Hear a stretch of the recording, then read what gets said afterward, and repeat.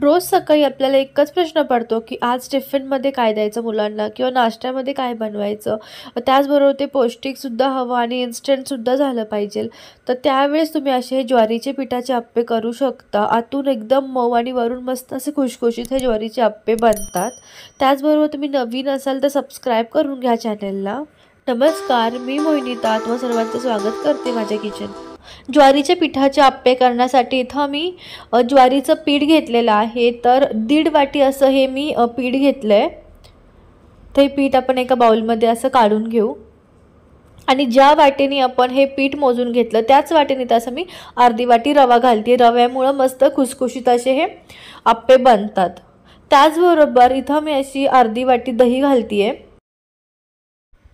दही घालून घेतल्याच्या नंतर आता ह्याच्यामध्ये घालूयात 2 असे मध्यम आकाराचे कांदे मी इथं बारीक चिरून घेतलेले आहे. ते संपूर्ण आपण कांदे ह्याच्यामध्ये घालून घ्यायचे. त्याचबरोबर इथं मी गाजर वापरते. तर गाजर इथं किसून न घेता मी असे बारीक कापून त्याचे तुकडे घेतलेले आहेत. ते सुद्धा आपण ह्याच्यामध्ये घालून घेऊ.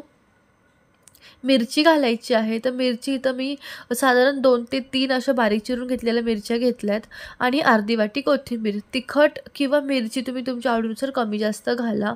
7 ते 8 असे कढीपत्त्याची पानं मी बारीक चिरून ह्याच्यामध्ये घालते आणि आता ह्याच्यामध्ये घालायचं आहे अद्रक. तिथं मी 1 इंच असा अद्रक किसून घेतलेला आहे. तुम्ही हवं तर इथं लसूणची पेस्टसुद्धा वापरू शकता. अप्प्यांना छान रंग येण्यासाठी थोडीशी पाव चमचाची हळद घालून घेतली. मीठ घालायचं आहे चवीनुसार आणि सुरुवातीला पाणी न घालता हे मिश्रण असं आपण एकत्र करून घ्यायचं. आता या मिश्रणामध्ये आपण पाणी घालून घेऊ. तर सुरुवातीला मी इथं 1 वाटी असं पाणी घालून घेते. पाणी हे अंदाज घेत घेत घाला. एकाच वेळी खूप जास्त पाणी घालू नका. हे मिश्रण पातळ जर झालं तर अप्पे चांगले बनणार नाहीत. तर इथं असे मिश्रण थोडंसं घट्ट वाटतं आहे म्हणून परत मी त्याच्यामध्ये 1 वाटी पाणी घालून घेतलं. ते संपूर्ण मिश्रण भिजवण्यासाठी आपण इथं 2 वाटी असं पाणी वापरलेलं आहे. आता मी हे मिश्रण खूप चांगलं असं एकत्र करून घेते. तर तुम्ही इथं बघू शकता की अगदी आपल्याला पाहिजेल तसं हे मिश्रण मी मस्त बनवून घेतलेलं आहे. न घट्ट न पातळ अशाच कन्सिस्टन्सीचं मिश्रण बनवून घ्या तरच आपले अप्पे चांगले बनतील. तर असं हे बनवून घेतलेलं मिश्रण आता आपण 15 ते 20 मिनिटांसाठी झाकून ठेवायचं म्हणजे छान त्याच्यामधला रवा मुरतो. तर 15 मिनिटं झाल्याच्या नंतर इथं असं हे मिश्रण छान मी एकत्र करून घेते आणि आता ह्याच्यामध्ये घालायचं आहे फ्रूट सॉल्ट किंवा इनो. तिथं मी असं 1 पॅकेट इनोचं वापरलेलं आहे. इनो घातल्याच्या नंतर आपण लगेचच हे मिश्रण छान असं फेटून घ्यायचं आणि हे ठेवून न देता लगेच आपण ह्याचे अप्पे बनवायला घ्यायचे. तुम्हाला जर इनो वापरायचा नसेल तर तुम्ही सरळ ह्या मिश्रणाचे डोसे किंवा असे धिरडे बनवून खाऊ शकता. ते सुद्धा अगदी मस्त चवीला लागतात.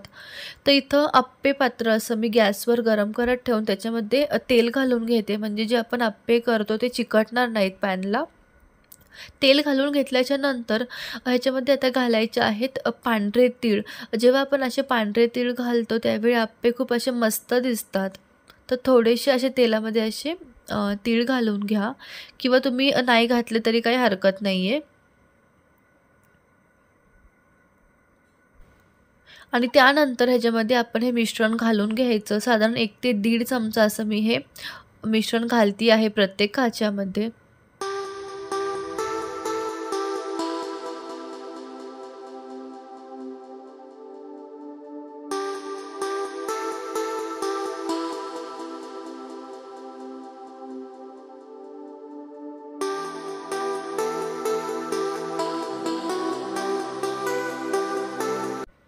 त्यानंतर ह्याच्यावरती असं आपण झाकण ठेवून घ्यायचं आहे 7 ते 8 मिनिटासाठी.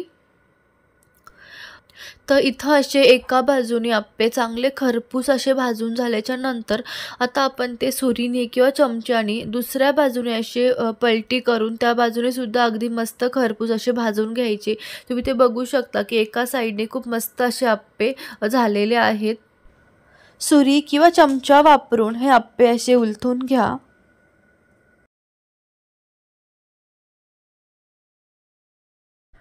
आता दुसऱ्या बाजूने सुद्धा आपण परत थोडंसं तेल सोडून घ्यायचं आणि अगदी तसेच मस्त खरपूस असे अप्पे भाजून घ्यायचे आहेत. तर इथं असे हे इन्स्टंट आणि पौष्टिक असे ज्वारीच्या पिठाचे अप्पे तयार झालेले आहेत. तुम्हाला जर आजची ही रेसिपी आवडली तर लाईक करा रेसिपीला. पहिल्यांदाच माझा व्हिडिओ बघत असाल तर सबस्क्राईब करून घ्या चॅनलवरती. पुन्हा भेटूयात आणखीन एका नवीन रेसिपीसह. थँक्यू.